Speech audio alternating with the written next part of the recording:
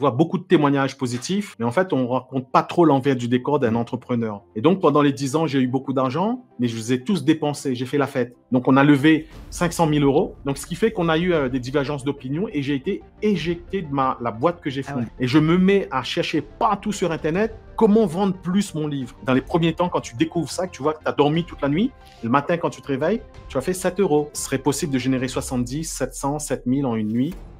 Salut John, merci d'être avec moi du coup pour cette interview sur ma chaîne YouTube. Ça me fait vraiment plaisir que tu sois là. Bienvenue ici. Salut Jérémy, salut à toi. Et salut aussi à ton public. Alors du coup, John, je sais que tu as fait plein de choses dans ta vie et c'est pour ça que je voulais absolument que tu interviennes sur cette chaîne. Tu as fait forcément, on te connaît, je pense que la plupart de mon public quand même te connaît, on te connaît grâce à KDP et aux services que tu proposes sur ComeUp, aux services de prestation de services que tu proposes. Mais je sais que tu as fait plein de choses avant. Et du coup, pour commencer, ma première question Yes. que j'ai pour toi, c'est d'où tu viens, qu'est-ce que tu as fait avant que je te connaisse, que je te rencontre. Est-ce que tu peux nous expliquer un petit peu ton parcours avant ComeUp et avant KDP? Très bien. Merci à toi en tout cas pour cette interview. Et c'est une joie pour moi de m'exprimer avec toi sur ta chaîne, sur ton public, par rapport à mes activités, mon parcours et aussi une discussion à la cool avec toi. C'est vraiment un plaisir de te retrouver. Alors moi, je suis issu de la génération 1981, ce qui fait que j'ai 43 ans et j'ai travaillé dans le domaine du commerce. Donc j'ai fait des études de commerce à la base. Donc je viens de l'île de la Réunion et j'ai fait mes études en Bretagne à Rennes. Et dès les années 2000, donc évidemment, je préparais des études dans le domaine du commerce en grande distribution. Et dès 99-2000, j'ai découvert donc le monde de l'Internet, le monde des sites Internet. Et pendant 10 ans, à partir de 2000, donc j'ai perçu des revenus avec l'affiliation sur Internet. Donc j'ai eu beaucoup de sites Internet dans le domaine du tourisme voyage.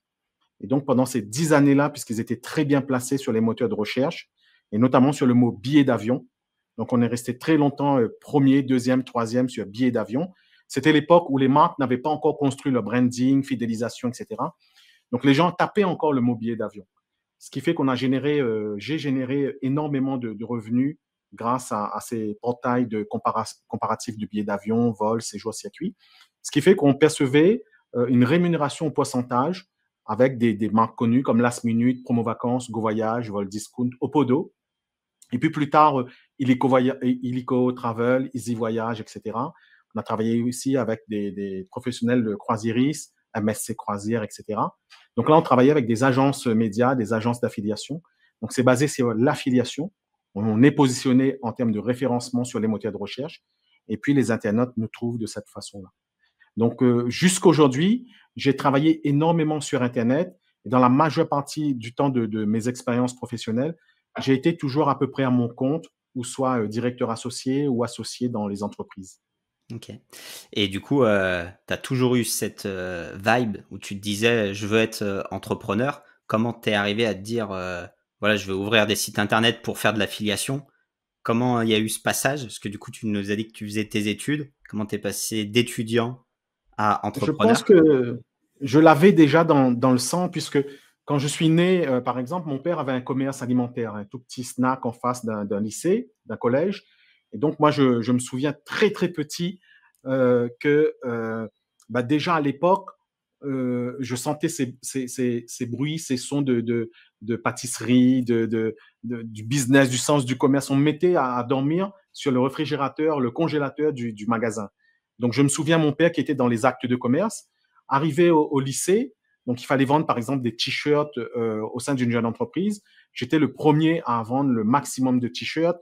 On faisait des tombolas, etc. J'étais le premier à finir en termes de, je rouvre les guillemets, chiffre d'affaires. Je vendais plus de tombolas que les autres. Je vendais plus de t-shirts. Et je sentais qu'à ce moment-là, j'étais fait pour la vente ou le business ou les affaires. Et donc, par exemple, en parallèle, je vendais déjà des confiseries à des boutiques de mon quartier. Donc, j'avais cette fibre-là, business, commerce, etc. Je voulais fabriquer des t-shirts. Je voulais générer des revenus par moi-même. Je sentais au plus profond de moi que je voulais entreprendre des choses par moi-même. Je ne le disais pas comme maintenant, comme dans les vidéos YouTube que tu vois, devenir entrepreneur.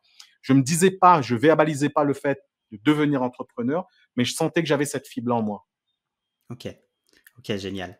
Ouais, de toute façon, du coup, à l'époque, il y avait pas tout ce qu'on voit maintenant. Je suppose que ça a été beaucoup plus Non, dur pour te lancer. Pour ouais, faire ouais, ton ouais. premier site internet, par exemple, on n'avait pas des tutos YouTube, des formations et tout ce qui existe aujourd'hui.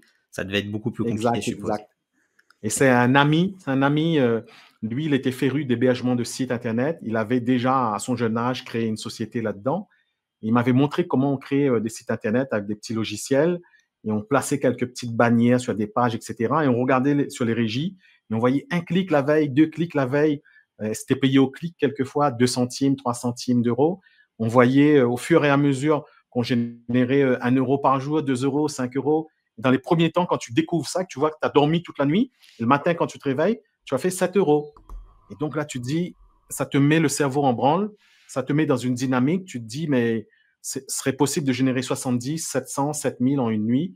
Donc, c'est une question mathématique. Et là, ça te pousse vers une dynamique de travail, de recherche, d'apprentissage, en entrant vers une piste, plutôt une démarche autodidacte, où tu apprends par toi-même. Je comprends. Génial.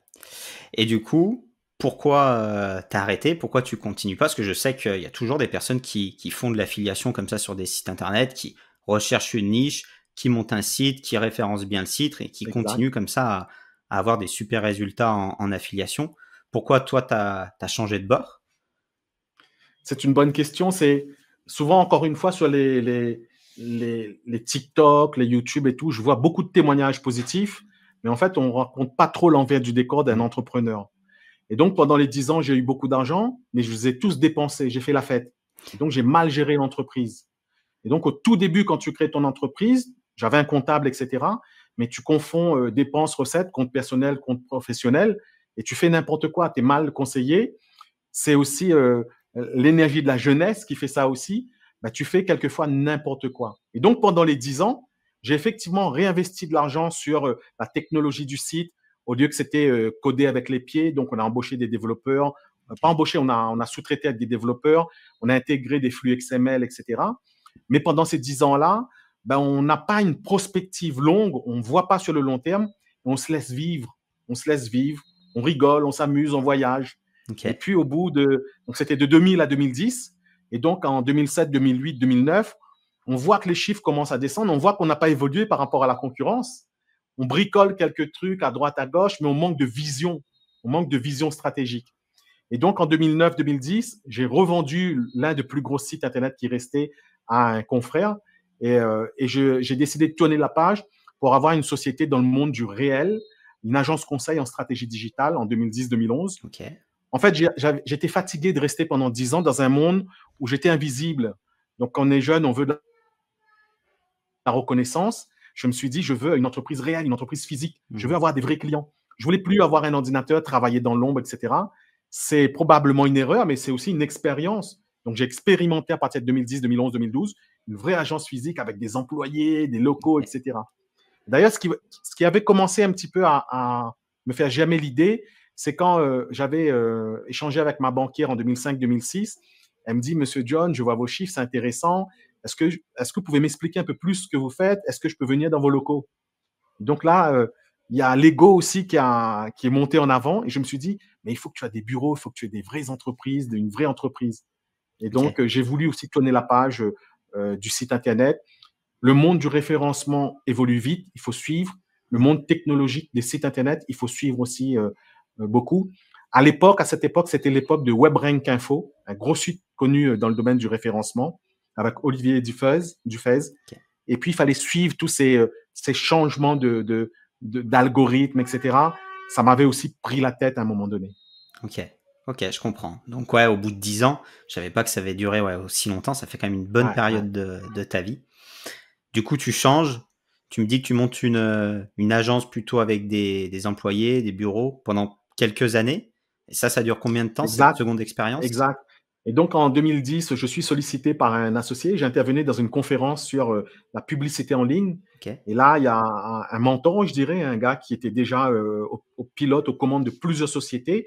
Et il me dit, allons monter une agence conseil en stratégie digitale sur le marché de l'île de la Réunion, puisque les entreprises avaient besoin qu'on les accompagne, qu'on les évangélise, qu'on les aide un peu comme en France métropolitaine, dans n'importe quel département, hein. Et on voulait se concentrer donc sur notre département à nous, qui fait quand même 700 000 habitants. Et donc, ça a été une bonne chose, une bonne expérience. Donc, 2010, 2011, 2012. Donc, on a confondé ça avec deux autres associés. Et puis, progressivement, quand tu as des associés, c'est un autre univers, c'est un autre domaine. Je ne connaissais pas cela. Donc, j'ai beaucoup appris avec eux. Donc, une agence conseil en stratégie digitale qui aide les entreprises à prendre le pas dans leur évolution technologique, dans leur stratégie. Okay. Donc là, on aidait des librairies en ligne, des librairies, des fleuristes, des banques. On aidait tout type d'entreprise à concilier le monde physique et le monde de l'Internet, okay. Toujours dans un univers de services, business, etc. Et à ce moment-là, bah, tu découvres le fait de travailler avec des associés. Donc, au début, c'est cool, c'est rigolo. En tout cas, dans mon cas. Ouais. Et puis, progressivement, tes associés, ben, au fur et à mesure des mois et des années, ben, il y a une évolution de leur part, il y a une évolution aussi de ta part. Et il arrive quelquefois, entre associés, qu'on ne partage plus tout à fait les mêmes valeurs, les mêmes idées, les mêmes rêves, les mêmes objectifs, etc. Et puis, et ça, je donne vraiment comme conseil en termes, lorsqu'on s'associe, c'est vraiment de communiquer avec ses associés, de voir dans quelle direction on part, où on va, comment on le fait, est-ce qu'on partage le même rêve, le même ADN, etc. Et mes associés, ils étaient partis sur une stratégie de levée de fonds. Donc, c'était plutôt l'idée de dire, on va aller chercher des subventions en Europe, donc les fonds européens, ou des fonds avec la BPI, ou les fonds avec les banques, ou des investisseurs privés, des fonds d'investissement. Et ces gars-là, ils étaient très forts pour monter des dossiers de subvention. Ils étaient très, très bons là-dedans, à faire les elevator pitch, des entretiens, etc. Donc, on a levé 500 000 euros donc avec un fonds privé. Mais tu vois, moi, je suis aussi en gestion d'entreprise en bon père de famille. Donc, moi, je crois plus à la croissance viscérale d'une entreprise, une entreprise qui arrive à grandir par elle-même avec un vrai produit, un vrai service et qui ne dépend pas des aides gouvernementales obligatoirement, tu vois. Mais c'est deux choses différentes. Donc, tu as des gars, ils sont très bons là-dedans, et il y en a d'autres, ils font vivre leur entreprise avec leurs produits et services. Les deux ne sont pas opposables. Ça peut aussi fonctionner avec. Mais tu as des gars aussi, ils sont très bons dans l'art de la communication orale. Je dirais que c'est plutôt des magiciens. Ils sont bons en levée de fonds, mais pour faire tourner une boîte, ils ne sont pas très bons non plus, tu vois. Donc, ce qui fait qu'on a eu des divergences d'opinion et j'ai été éjecté de la boîte que j'ai fondée. Ah ouais. Okay. Et ça a été quand même assez violent parce que donc on était blindés. Hein, il y a des contrats entre associés, etc. Pacte d'associés. Tu as des gros cabinets comptables, des juristes derrière. Mais quand ça ne s'entend pas entre associés, il y a toujours un moyen de virer un associé. Donc, on trouvera toujours une technique et tu peux avoir des très bons contrats, etc. Quand l'heure est finie de la lune de miel entre associés, on trouve toujours une façon de partir. Donc, j'ai été éjecté de ma boîte. Donc, ils ont racheté mes parts en 2014. Okay. 2014, 2015, 2016, donc j'ai traversé un désert. Je me suis dit, mais qu'est-ce que je vais faire? Comment je vais faire, etc. Et c'est à ce moment-là, 2013-2014, que j'ai découvert un livre qui s'appelle La semaine de 4 heures de Tim Ferriss. Et à ce moment-là, j'ai commencé à réfléchir à comment je voyais la boîte, comment je voyais une boîte et comment je voulais créer la mienne, continuer avec la mienne. Et je savais que je ne voulais plus des boîtes avec 15 employés dans des bureaux où des gars, ils veulent pas travailler, ils viennent en retard. Tu fais des réunions, tu sais même pas si les gars, ils écoutent, il n'y a pas de prise de notes, ils sont pas si engagés que ça. Donc, en France, de plus en plus, je ne vais pas généraliser, hein, avoir des grosses boîtes avec des gros moyens humains engagés dedans, quelquefois, ça peut être un piège. Quelquefois, je ne généralise pas. Ouais, je pense aussi ça dépend. Il y en a que ça va bien leur convenir et puis il y en a, ils vont voir plutôt quelque chose de mais tu vois, plutôt on le vit petit dans un indépendant. contexte, on est dans un contexte français où il y a de plus en plus de charges sociales, fiscales, sociales, patronales. Et tu as aussi en même temps des gars qui viennent travailler et qui cherchent le bonheur au travail. Et ces gars-là, ils connaissent très bien la loi. Ils peuvent être syndiqués ou pas. Ils font des recherches sur Wikipédia. Et donc, ça peut arriver que tu as quelqu'un dans ta boîte, c'est un collaborateur, je rouvre les guillemets, un employé, mais il ne partage pas tes valeurs, ton ADN. Il n'est pas à fond dans ta boîte. Il est là, tu le payes 1800 € brut ou net, mais ce n'est pas un gars qui se donne à fond pour l'entreprise. Et tu peux en avoir 5-6 comme ça dans la boîte. Ouais, je pense tu vois ce que je veux dire? Je pense que c'est pas facile. Hein. C'est vraiment quelque chose qui est le management, le recrutement, quelque chose qui est difficile. Je pense qu'on en reparlera au cours de cette interview parce que finalement, encore des gens avec qui tu travailles, donc je pense qu'on en reparlera. C'est super Exact. intéressant, hein, tout ce que tu dis, c'est vraiment, c'est top, parce que pour moi, tu es vraiment un vrai entrepreneur. Tu es là depuis plusieurs années. Tu as été parmi les premiers, du coup, à faire des sites d'affiliation. Enfin, en 2000, il y avait Exact. très peu de monde qui devait faire ça. Là, après, tu as ouvert une agence de marketing, finalement. Pareil, Mhm. ça, c'est des choses qui sont à la mode maintenant, mais avant, tu devais être vraiment dans les Exact. premiers. Donc, c'est dingue. Félicitations pour ça. Du coup, après, on arrive à peu près autour de 2016, tu nous dis. Pendant 2-3 ans, tu remets un peu tout ça en question. Et après, qu'est-ce qui se passe? À ce moment-là, je lance des sites en dropshipping. Et donc, on vend des brosses anticellulites et des leggings poids femme. Et je pilote l'entreprise avec le modèle que je veux, la façon dont je veux. C'est-à-dire, on externalise, donc on a des collaborateurs, on les appelle les assistants virtuels. À l'époque, je travaille sur une plateforme qui s'appelle Upwork. Hmm. Donc, on sollicite de l'aide pour des personnes qui vont faire le site Internet, qui vont faire des créations graphiques, etc. Et cette plateforme travaille avec des milliers, des centaines de milliers de collaborateurs dans le monde entier. Donc, on sollicite leurs services, l'offre est assez cadrée. Et donc, on avance comme ça à faire du e-commerce. Et puis, au début du Covid, mes colis se retrouvent bloqués en Chine et l'activité stop se retrouve à l'arrêt. Et c'est là que je réfléchis, je dis, ben voilà, on est dans une situation quand même assez grave où j'ai des produits physiques qui sont bloqués. Et là, je me dis, il reste les produits immatériels, il reste les services. Et j'avais écrit un livre depuis 2016 et je devais le publier moi-même. Donc en 2019, 2020, Covid, donc j'avais écrit pendant 3 ans et je devais le publier. Donc moi, je le savais dès le début que j'allais publier sur une plateforme qui s'appelle Amazon KDP. Donc l'impression à la demande en auto-édition. Arrivé 2019-2020, donc je me renseigne comment créer le livre, donc comment publier le livre. Je le publie. Je me fais aider par un gars qui s'appelle Elite sur une plateforme qui s'appelait à l'époque 5euros.com. Il est super gentil. Et je vois que quand j'échange avec lui, je ne maîtrise pas les mots. Donc, je confonds e-book et brochet, etc. J'arrive pas à comprendre. J'ai souscrit à 300 euros pour un service pour publier mon e-book. Mais en fait, le gars, il comprend que je vais publier un livre broché. Et puis, on arrive à trouver un accord, etc. Le livre finit par être publié. Au tout début, je vais publier le livre avec Amazon avec la couverture, l'outil de création de couverture intégré à la plateforme, une fonctionnalité native. Je trouve que la couverture est pas belle. Je fabrique une couverture de mon côté. Le livre est publié. Et là, il n'y a pas de vente. Zéro vente. Donc, le livre est acheté par une amie. Alors, mes amis, ma famille me disent, alors, John, ton livre a été publié, c'en est où les ventes? Je commence à être un peu gêné, un peu frustré. Et j'ose pas dire que le livre ne s'est pas vendu. Et je me mets à chercher partout sur Internet comment vendre plus mon livre. Et c'est à ce moment-là que je découvre en même temps le low content, no content, middle content, le thème anciennement phare un peu aussi de ta chaîne. C'est grâce à toi, à d'autres YouTubeurs qui ont parlé de ce sujet-là sur YouTube. Je mets les deux pieds dans le low content, no content en 2000, en l'an 2000. Ok. Ok, génial. Donc là, on se retrouve un peu, effectivement, parce que moi, j'ai fait pas mal de dropshipping aussi avant de commencer Amazon KDP, avec des résultats plus ou moins en dents de scie. Donc à la Et même tu époque, vendais à peu quoi? près, hein. Tu vendais quoi? Alors moi, j'ai fait un site de déco. Donc j'en ai des tableaux, des choses comme ça, des couettes. Voilà, donc c'était un site généraliste déco. Et résultat en dents de scie, parce que là, à l'époque, hein, il y avait quand même moins de concurrence, moins de publicité, etc. Parce qu'on était, ouais, peut-être 2017, moi. Ouais, Exact. 2016 peut-être, 2016, 2017 par là. Mais quand même, j'avais du mal à être rentable. Tu vois, moi, je vendais, mais je faisais de la pub à côté. Ça marchotait un petit peu, quoi, mais sans plus. Et après, comme toi, du coup, j'arrive sur Amazon Et en KDP. plus, à ce moment-là, nous, en tant qu'agent dropshipper, on réfléchit aussi à la création d'une marque. Hmm. On dit, ben, ça fonctionne pas, c'est parce que mon site, il n'est pas brandé, il faut brander, etc.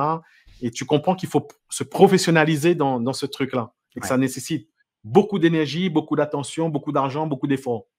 Ce que maintenant, finalement, quasiment tout le monde fait, hein. C'est vrai que Exact. la méthode dropshipping, j'achète en Chine, je livre directement sans brander, etc. Ça se fait quasiment plus, hein. La plupart maintenant, ils conseillent plutôt de faire une marque. Donc Et très si on vite, fait on un arrive. parallèle avec l'auto-édition, on se voit que c'est à peu près la même chose. Mmh. Donc, dropshipping, on avait une boutique monoproduit, une vulgaire boutique. Maintenant, on a des vrais sites, des vrais marques, des vrais univers. Pour moi, c'est à peu près la même chose et on en Mmh. reparlera probablement. C'est à peu près la même chose maintenant pour un livre. On ne publie plus un vulgaire carnet, on publie un vrai livre qui va rendre service, qui répond à une problématique pour de vrais clients. Ouais. Puis après, je pense qu'effectivement, il y a des parallèles. Je pense que la concurrence augmente aussi. Donc forcément, tu te professionnalises. Forcément, tes couvertures sont plus belles sur KDP. Ton packaging est plus beau en dropshipping. Et puis, etc., quoi. Tu augmentes la qualité pour avoir un produit qui apporte plus de valeur, qui est plus qualitatif, un meilleur branding, etc. Ouais, tout à fait. Toi, tu le vois aussi, cette évolution, je pense, hein? Ouais, sans hésiter. Ouais, ouais, c'est sûr que, qu'il y a les mêmes parallèles et c'est vrai que sur Amazon, le niveau, augmente, hein, de mois en mois. C'est logique en fait quand finalement quand il y a de l'argent à se faire, bah, les gens ils vont dessus, la concurrence elle augmente, faut être meilleur que les concurrents, du coup faut élever Ouais. son niveau, que ça soit sur tous les points en fait, que ça soit sur le point de ta couverture, ton marketing, ta pub, il faut que ton niveau augmente en fait, hein, finalement pour être meilleur que les concurrents, c'est toujours ça. Et là, Heu, justement, à ce moment-là, si tu me le permets, je continue à t'expliquer ce qui s'est passé. Donc, à l'époque, on publiait énormément. Donc, moi, je n'ai pas publié énormément de carnets de notes, hein, parce que je suis arrivé un tout petit peu après. Et là, je publie énormément de carnets de recettes. Donc, si on cherche bien sur Google Images, etc., on retrouve les couvertures de mes vieilles carnets de recettes, faits de façon bourrin, carnets de recettes, et on se met à fabriquer ensuite des carnets de suivi bébé, carnets de nounou, etc. Et pareil, manque de vision, on en publie énormément. Donc, avec des couvertures différentes, etc. Au final, sur notre compte Amazon KDP, on arrive à 2000, 2500 contenus très rapidement. Donc, oui, ça génère des revenus. Donc, on a aussi tenté de publier des livres tombés dans le domaine public. On a très vite compris qu'il ne fallait pas rester là-dedans parce que ça nous demandait beaucoup d'efforts à refaire la mise en page, la couverture, etc. Et que les marges étaient très, très faibles. On ne pouvait pas concurrencer des gros acteurs de la place qui vendent des livres à 2,99, 3,99, voire 1,99, alors que les coûts d'impression sur Amazon KDP dépassent ces sommes-là. Eux, on ne l'avait pas compris à l'époque, mais on l'a compris rapidement, qu'ils ne publiaient pas leurs livres via Amazon KDP, mais avaient leur propre système d'impression, leur propre réseau de distribution. Il y avait de très grosses forces capitalistiques et on ne devait pas être en concurrence avec eux. Donc, on publie une centaine de livres, un peu moins d'une centaine de livres. Ça crée des petits revenus, mais vraiment minimes. mmh, Euh, et on publie plus du no content, middle content. Et puis, ce qui se passe, c'est que fin 2020, 2021, au 31 décembre à peu près, et je t'en avais parlé, où il y a un de mes collaborateurs qui m'appelle au 31 décembre pour me dire on n'arrive pas à se connecter à l'interface Amazon KDP. Bon, je me connecte moi-même et là, j'arrive et je vois que le compte est bloqué, suspendu, clôturé. Donc, je ne réalise pas encore, je pense que c'est un bug. Je check mes mails et là, je vois le mail du 31 décembre qui m'informe que le compte a été fermé. Et je lis le mail, tu prends un peu de temps pour comprendre le mail. Au début, tu crois que c'est une erreur. Et en fait, tu comprends qu'il y a un des livres à l'intérieur qui n'a pas plu à Amazon KDP. En l'occurrence, c'était un livre de citations zen. Donc, on avait créé un livre avec 365 citations. Et à la page 78, je ne sais plus, il y avait une citation de Nelson Mandela. Donc, ouais. un super personnage. Hein. Et on avait bien, vraiment aimé cette citation, une ou deux phrases. Donc, pas un pavé, hein, deux phrases. Hein. Et donc, le livre était super. Il y avait une citation sur la page de droite et une petite illustration qu'on avait dessinée nous-mêmes sur Canva. Et du coup, ça t'informe que le consortium d'entreprises qui gère les droits d'exploitation de Nelson Mandela ont signalé ce livre OK. parce que cette citation appartient à eux, à des droits à eux ou ce genre de choses. Et ils te disent qu'ils ont envoyé un mail au 24 décembre et que tu n'as pas lu, tu disposais de 7 jours pour réagir. Mmh. Et je regarde quelques jours avant le 24 décembre et effectivement, je vois qu'ils m'ont contacté et que je n'avais pas réagi parce que c'était une période de fête. Tu sais, à ce moment-là, on reçoit énormément de messages. On vend aussi beaucoup en librairie. Donc, on a énormément de commandes de libraires, des notifications et tout. Donc, ça a été noyé dans la masse. C'est pas parti en spam, mais je l'avais pas vu. Et c'est pour cette raison que le compte a été OK. clôturé. Alors, c'est un peu, pour nous, ça a été une frustration, une amertume, une incompréhension. Autant si ça a été clôturé, tu avais pompé avec des gros passages de livres, tu te dis, ben, j'ai été trop bourrin, j'ai été trop avare, etc. Mais là, c'est vraiment pour une raison qui nous échappe et on n'a pas été attentif, assez attentif aux emails. Et ça a été quand même bien parce qu'Amazon avait prévenu, mais on n'avait pas vu le mail. Ok. Ok, ouais. Et ça, du coup, même si tu leur as dit, je suppose que tu l'as fait, bah, j'ai pas vu le mail, excusez-moi, ils ont été négatifs sur la décision. Quand ton compte est clôturé comme ça, ce que tu fais, c'est que tu vas aller voir un peu les tutos sur YouTube, etc. Il faut que ton cerveau cogite vite. Hein. Tu comprends très bien qu'avec Amazon, il y a une façon de communiquer. Donc, on fait un courrier. On ne fait pas de mail, on fait un courrier bien présenté avec l'entête de sa société, etc. Ouais. Tu reconnais l'erreur et tu présentes tes excuses, etc. Et tu indiques les méthodes, les techniques que tu as mis en place au sein de ta structure ou au sein de ton activité pour que cela ne puisse plus se reproduire. Et encore une fois, tu reconnais l'erreur. Hein. Donc, tu envoies ça et malgré tout, ça n'a pas été Ah accepté. ouais. Donc, après, on a quand même essayé d'échanger encore un peu et puis on a vu que c'était peine perdue. Ok. Après, en même temps, si tu réfléchis, il y a effectivement cette partie-là qui fait que le compte a été suspendu et bloqué. Mais si on regarde un peu dans l'approche du compte, le compte n'était pas très clean à la base aussi, tu vois.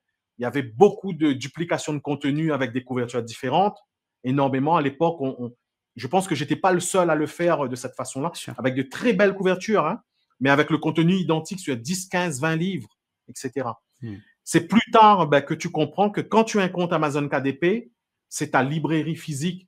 Tu ne peux pas mettre n'importe quel contenu, n'importe quel bouquin, etc. Ouais. C'est vrai que tu as fait quelque chose, et je l'ai fait aussi, hein, que beaucoup de monde ont fait au début, c'est se dire, bah, je vais publier beaucoup, comme ça je vais gagner beaucoup. En réalité, souvent ça se passe pas comme ça, parce que on peut pas suivre tous nos livres au quotidien, on peut pas bien s'en occuper. Si on a 500 livres, bah, c'est 500 livres qui sont sur la plateforme, mais qui vont très vite pas vendre, en fait. Donc souvent, Et dans les finalement, années 2020, on manquait de recul, mmh, on était pris dans l'excitation et il n'y avait pas cette démarche de professionnalisme, d'être ouais. professionnel, que c'est un investissement, c'est notre boutique physique et on ne peut pas faire n'importe quoi dans un magasin physique. Ouais. Ouais, ouais, c'est quelque chose que, enfin, je pense que tous ceux qui étaient là sur KDP en 2020 ont fait ça, hein, Exact. publier de nombreux livres en essayant de jouer sur la quantité. Ok, donc à l'époque là, parce que du coup souvent tu dis t'avais déjà, tu Oui, travaillais déjà oui. avec des Donc, j'avais déjà une collaborateurs. équipe avec moi à Antananarivo, Madagascar.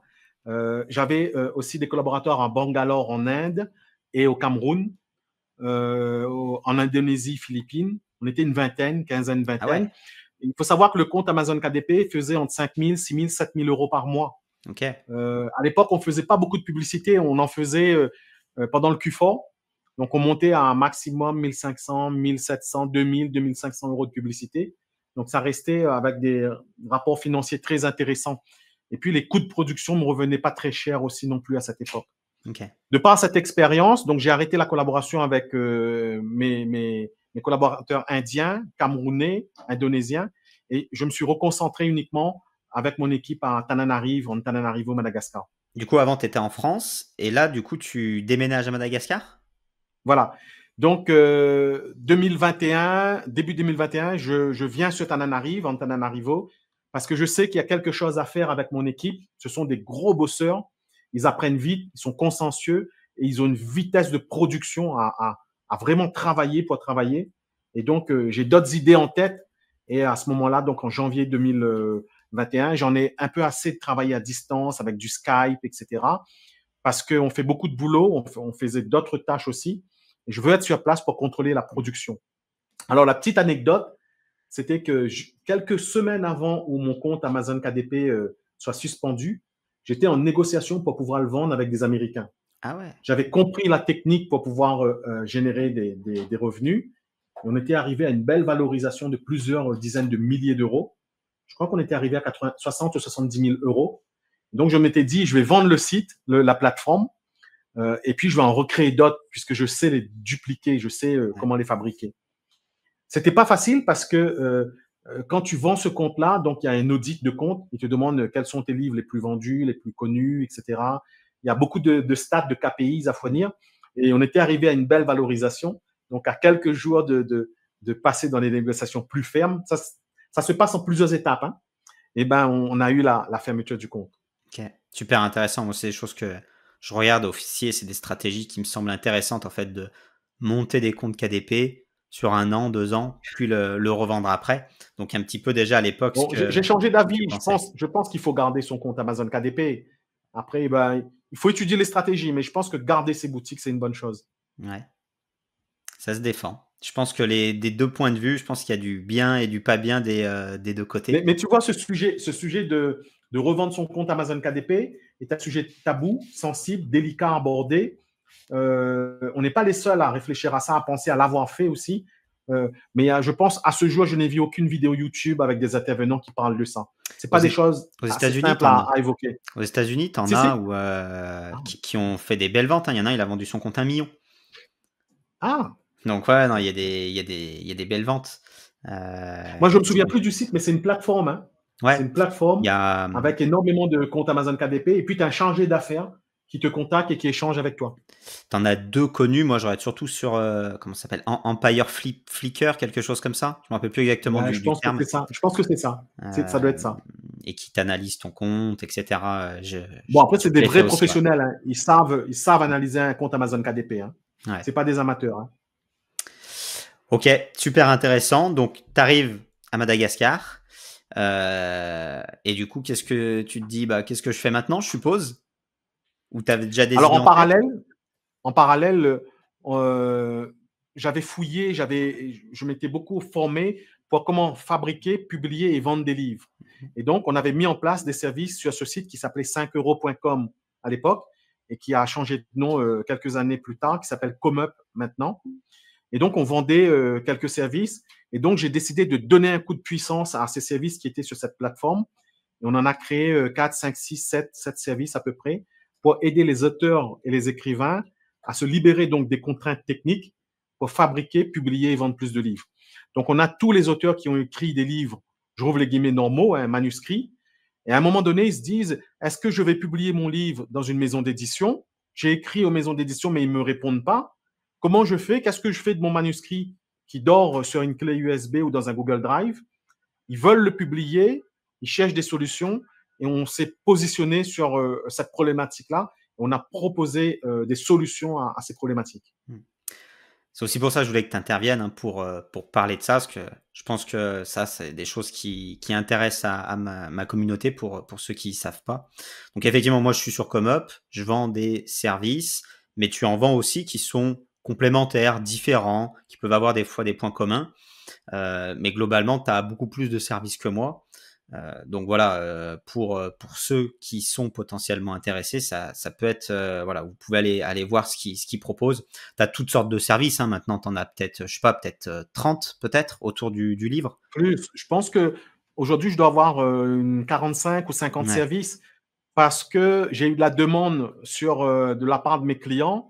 Et, ils sont tous à la base auteurs et écrivains. Et progressivement, certains ont des entreprises, ont des business, sont coachs, etc.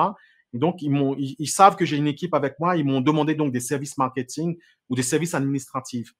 Mais vraiment, ce qui m'a fait évoluer sur cette plateforme ComeUp, et on a été nominé 4e top vendeur en 2023. Je pense en félicitations. termes de chiffre d'affaires ou en nombre de commandes ou d'interactions. Je ne sais pas comment ils déterminent ça. C'est ce qui m'a vraiment poussé et animé au plus profond de moi, c'est de permettre à un auteur de publier son livre.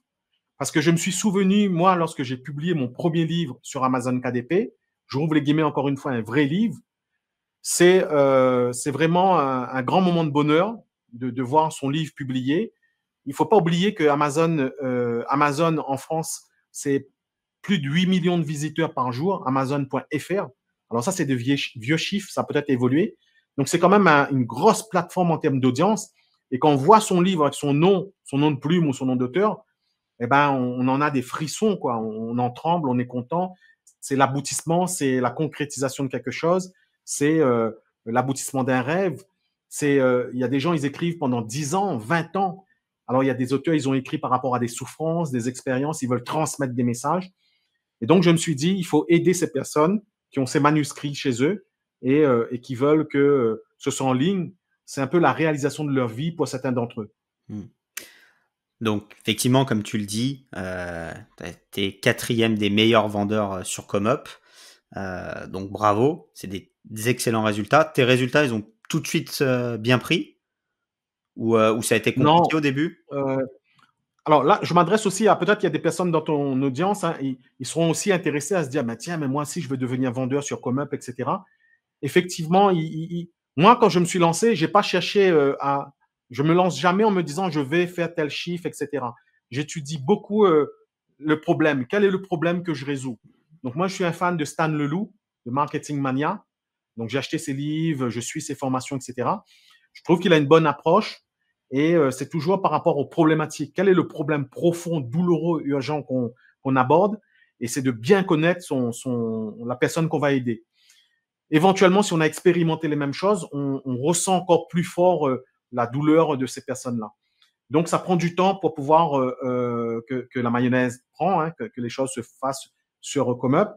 Ce qui fait mon succès, c'est que je n'ai pas attendu les ventes de Comeup. Je suis allé à la pêche. Je suis parti chercher ces auteurs et je communique énormément sur les réseaux sociaux, que ce soit sur Facebook, les groupes Facebook, maintenant YouTube, TikTok, Thread, LinkedIn, sur beaucoup de réseaux. Anciennement, aussi sur les groupes. Je n'ai pas de site internet. Quand on cherche mon site internet, Pod tout digital, j'en ai pas. Donc, c'est vraiment ma présence sur ces réseaux sociaux-là. J'ai donné beaucoup de mon temps aussi. Après, c'était l'époque Covid aussi. On avait beaucoup de temps aussi. Et donc, je suis intervenu sur les réseaux sociaux. J'ai parlé de mes services. J'ai répondu à des questions techniques. C'est ça qui fait que ça a commencé à générer des clients. Et puis, oui, l'audience de Comeup fait que ça t'aide. Le site Comeup m'avait plu aussi, Jérémy, parce qu'il y a cette logique de gagner du temps. Je ne veux plus échanger au téléphone avec des gens qui parlent, etc. C'est énergivore, ça consomme du temps, de l'argent. Oui, c'est moins humain, mais c'est beaucoup plus précis quand quelqu'un me fait un brief écrit. Ouais.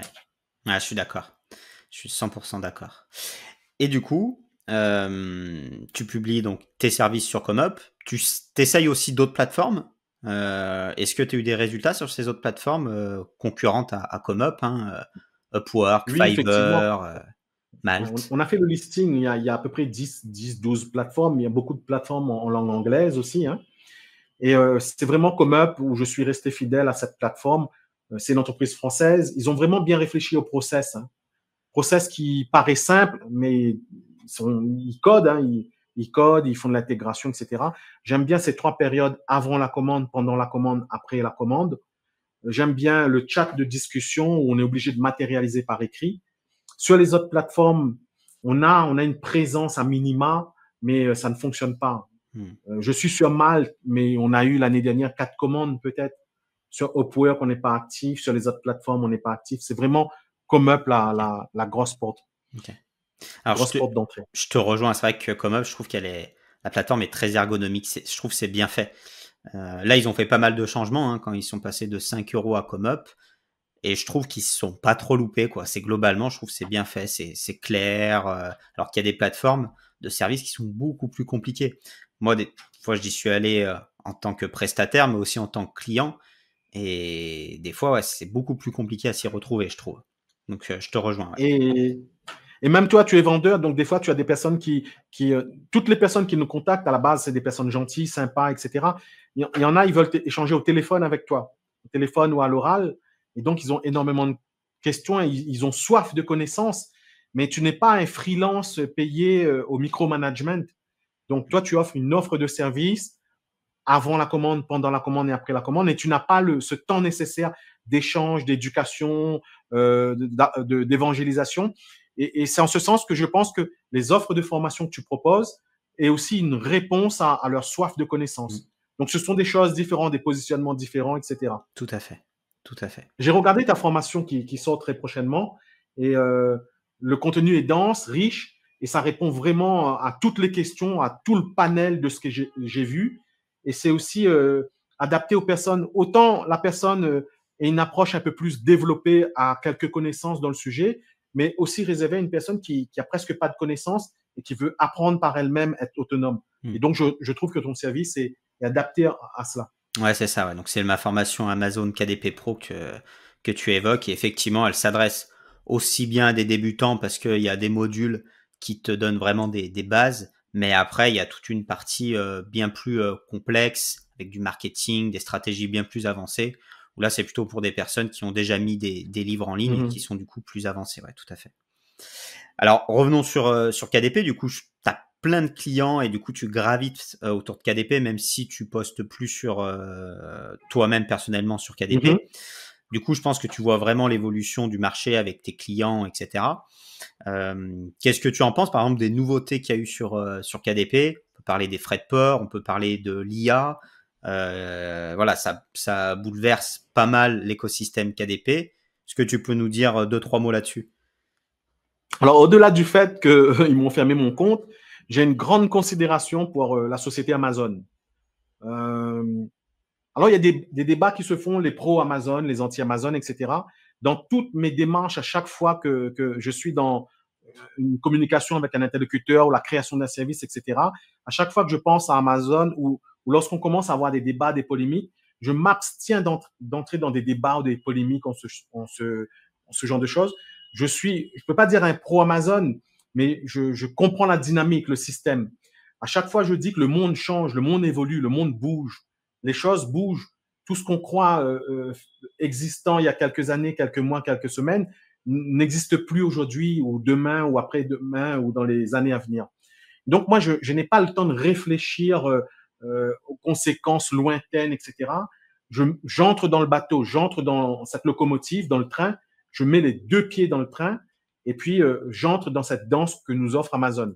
Donc sur tout ce qui est Amazon, les libraires, les frais de port, le prix de vente, etc., la loi en France, la loi du prix du livre, etc., à chaque fois qu'Amazon me propose une fonctionnalité où je peux activer et désactiver, je me l'approprie.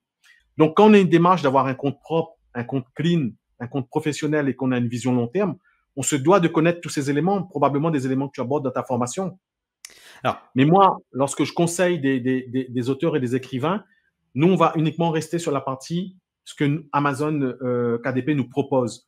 Il nous propose 7 champs, on va remplir les 7 champs. Il nous propose de mettre le prix qu'on veut dans le champ du prix. On va mettre le prix qu'on veut. Maintenant, on peut avoir un devoir de conseil. Si on voit que c'est contraire sur l'objectif moyen, long terme de la personne, on va être force de proposition, on va lui conseiller, on va lui dire attention, vous allez vendre votre livre en librairie, vous avez votre propre numéro ISBN, ça va entrer en confusion, en conflit avec tel ou tel aspect du marché. Donc, on va lui conseiller. Mais à chaque fois qu'il s'agit d'une polémique pure, par exemple sur les réseaux sociaux, dans les groupes Facebook, je m'abstiens d'entrer dans ces polémiques. Je sais que je n'ai pas répondu exactement à ta question, mais je pense que ça éclairera bon nombre de personnes sur mon approche sur Amazon. Je comprends, ouais. En fait, finalement, toi, tu n'es pas décisionnaire, donc tu fais ce que tu peux avec les éléments que tu as et tu t'adaptes finalement. Il nous reste quelques minutes. J'aimerais aborder 2-3 derniers points avec toi. Parce que pose-moi toutes les questions que tu veux, hein, je réponds. Hein. C'est parce que pour moi, tu commences à être un expert dans le domaine parce que maintenant, ça fait 20 ans que tu fais ça, plus ou moins. Comment tu délègues, comment tu recrutes, comment tu manages. Je pense que c'est quelque chose de super important. Est-ce que tu peux nous en parler un peu? Bon, c'est une très bonne question. Là, on parle de relations humaines. Donc, par exemple, moi, avant, j'étais un grand buveur d'alcool. Donc, on pourrait dire alcoolique éventuellement, mais quand on est alcoolique, on ne le sait pas.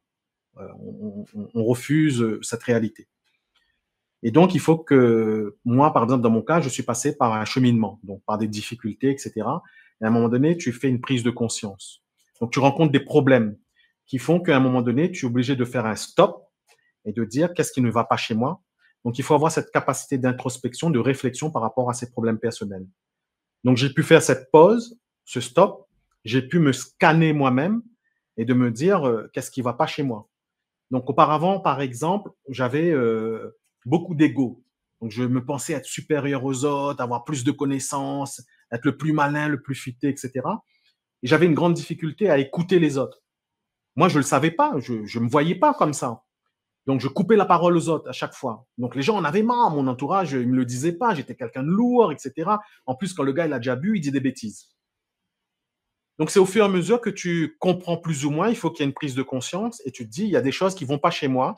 Il faut que j'arrête de mettre la faute sur les autres et je dois améliorer, moi, mes difficultés à moi. Donc, tu te scannes, tu identifies ces éléments. Et donc, parmi ces éléments, la première chose que j'ai dû faire, c'est l'analyse de mes émotions, apprendre ce que c'est les émotions. À l'école, on ne nous apprend pas ça. Nos parents ne nous apprennent pas obligatoirement ce que c'est les émotions, les pensées, etc. Aujourd'hui, moi, je suis papa, je crois que tu es aussi papa. Nous, maintenant, on est initié à ça, on se documente. Il y a des livres en ligne, il y a des pédagogies, etc. On se cultive, on regarde des vidéos, on apprend des choses. Et donc, on arrive à transmettre ça à nos enfants maintenant. Ce qui n'était un peu moins le cas avant, c'était moins facile, moins évident. Par rapport aux émotions, donc j'ai pu apprendre ce que c'est une émotion, j'ai pu apprendre ce qui se passe dans mon esprit, dans ma tête, dans la pensée. Et donc, j'ai pu apprendre à comprendre qui j'ai en face de moi, à écouter, à véritablement écouter. Donc, quand je suis en face d'une personne, donc ceux qui travaillent avec moi, ils le savent, je ferme souvent les yeux pour ne pas être distrait par mon environnement et j'écoute chaque mot qu'ils prononcent, qu'ils disent, et j'essaie de me mettre à leur place. Donc, pendant un instant, je vais quitter ma situation, je m'appelle John, je vais me mettre à la place de Nicolas et je vais me dire, tiens, j'aurais pu être Nicolas, j'aurais pu être Sophie, et si j'étais Sophie, ben ouais, j'aimerais bien les bonbons au chocolat et j'en mangerais plein toute la journée. Et je reviens ensuite à ma place, je rouvre mes yeux et je ne suis pas Sophie, je déteste le chocolat par exemple, mais je peux pendant l'instant d'un moment avoir été Sophie et avoir dit je kiffe le chocolat, c'est trop un kiff et je peux en manger tous les heures et même au petit déjeuner, au dîner, etc. C'est vraiment cette amélioration de moi-même, cette introspection, cette révolution intérieure qui a fait que je suis devenu meilleur. Donc, ceux qui tomberont sur cette vidéo et qui m'ont connu avant 2015-2016, ils vont se dire, mais lui, là, avant, il n'était pas comme ça. Effectivement. Donc, arrivé en 2019-2020, j'avais par exemple 250 amis sur Facebook. Aujourd'hui, alors j'ai un Facebook sous un nom de plume, hein, donc ça, c'est la petite révélation que je fais dans ta vidéo. Mon vrai nom n'est pas Jonathan Lamarquise, c'est un nom que j'utilise pour des communications à but marketing. Donc, mon nom de famille est un autre nom. Et donc, quand on fait des recherches, on peut trouver ça. Et sur mon Facebook personnel, par exemple, j'ai 8 amis. J'ai 8 contacts. Donc, ça a nécessité donc d'abord faire une révolution intérieure, apprendre ses émotions, s'améliorer, choisir qui on fréquente, etc., qui on accepte de fréquenter, tout en ayant les 2 pieds sur le sol et en étant le moins perché possible. Hein.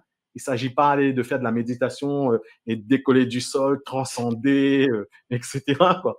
À lire des livres de développement spirituel, à ne plus finir.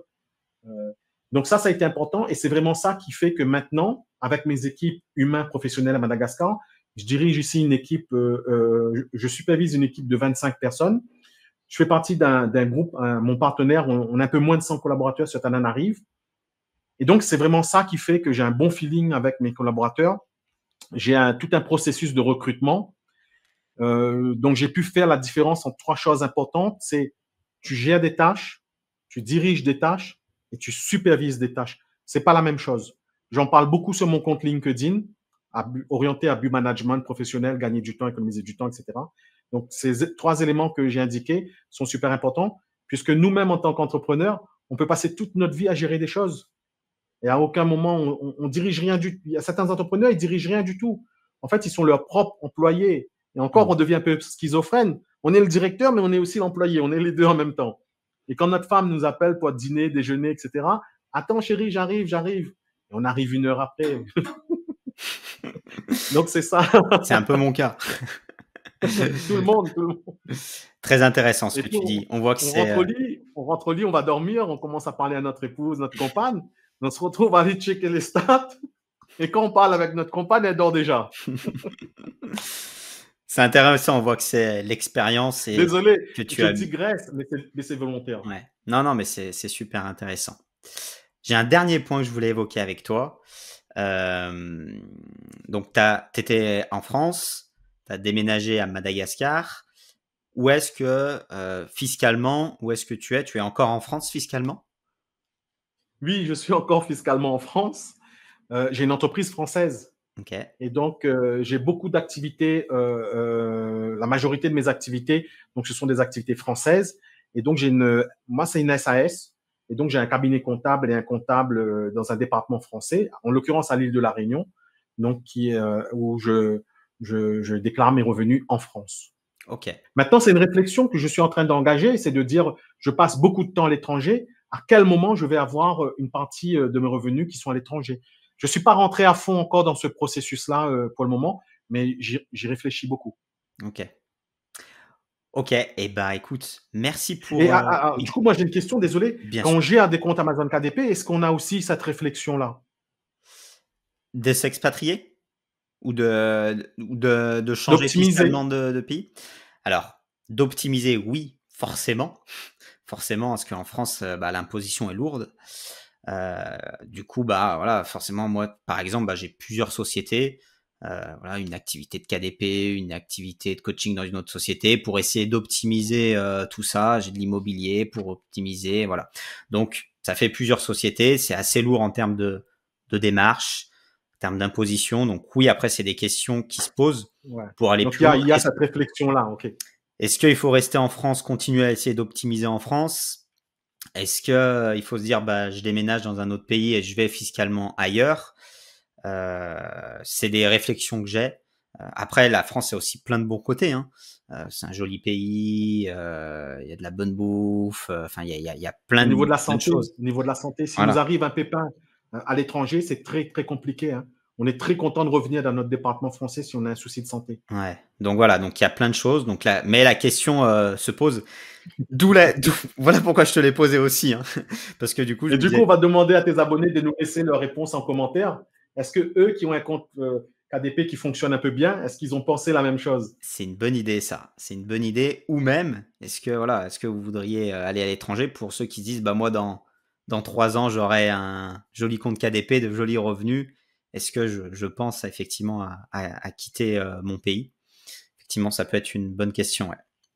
En tout cas, Et je te remercie. Merci à toi pour cette interview. Et je voulais en profiter pour te souhaiter beaucoup de bonnes choses pour cette année. Je t'aimais les meilleurs vœux pour une production réussie, autant dans KDP, mais aussi dans tes business physiques. Je sais que tu es dans l'immobilier, tu es peut-être dans autre chose. Et donc, je te souhaite de faire évoluer positivement tout ça. et ben, écoute, c'est gentil. Je te souhaite, la même chose, plein de bonnes choses, plein de réussite dans ton business. Tu es bien parti, tu as une belle, évolution. Tu es, je pense, un très bon entrepreneur. Pour moi, ça a été vraiment un Merci. plaisir. Tu vois, je savais que tu avais plein de choses à raconter, mais tu en as raconté plus que je l'avais imaginé. Et puis, nous, on échange, mais on n'a pas le temps. On échange des fois, Ouais. d'abord sur la messagerie comme up, mais vraiment vite fait. Et puis, on est pris dans nos affaires aussi. Mmh. Mais je prends un plaisir, je vois que tu prends un plaisir aussi à nous suivre sur les coulisses de notre agence, la marque ombrelle qu'on utilise qui s'appelle Ouais. Pod2Digital sur TikTok. TikTok, Je vois que ouais. tu aimes nos vidéos et ça me fait sourire. Et du coup, moi aussi, à chaque fois que tu publies une vidéo sur TikTok, donc on pourra peut-être retrouver l'adresse de ton compte TikTok tout en bas. Donc, j'aime bien les vidéos que tu fais sur TikTok aussi. Je mettrai effectivement les liens de nos réseaux, respectifs, mais c'est vrai que j'aime bien tes vidéos TikTok, tu parles à Bon, la c'est un peu les cool, coulisses, mais c'est un ouais, peu c'est top. une autre dimension. Mmh. Écoute, merci pour tout, merci pour ton témoignage et puis, à bientôt peut-être sur la chaîne ou autre part, ça sera avec plaisir. À bientôt. Merci, Jérémy. Ciao, à bientôt.